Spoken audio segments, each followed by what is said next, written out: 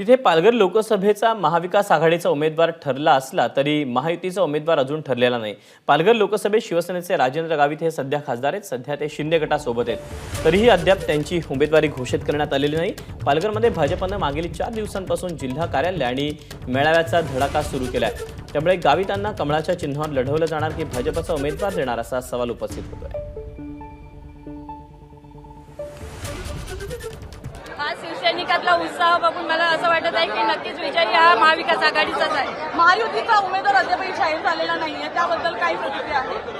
आता त्यांच्याविषयी मी काही सांगू शकत नाही, कारण का 4 दिवस होऊन आमची उमेदवारी जाहीर होऊन सुद्धा त्यांनी उमेदवार दिला नाही। तर याला मला असं वाटत आहे की माझ्या टक्क्याचा उमेदवार त्यांच्याकडे नाही आहे। कारण मी सिटिंग खासदार असल्यामुळे या ठिकाणी मला सुद्धा वाटतं की माझं पुन्हा नूतनीकरण व्हावं आणि तिसऱ्यांदा या ठिकाणी उमेदवारी मिळावी आणि माझ्या वरिष्ठांचा असलेला माझ्यावर विश्वास आणि स्वतःचं कर्तृत्व आणि कार्यकर्त्यांचा असलेला विश्वास या बळावरती या ठिकाणी पुन्हा नूतनीकरण होईल अशी मला अपेक्षा आहे। एबीपी माझा, उघडा डोळे बघा नीट।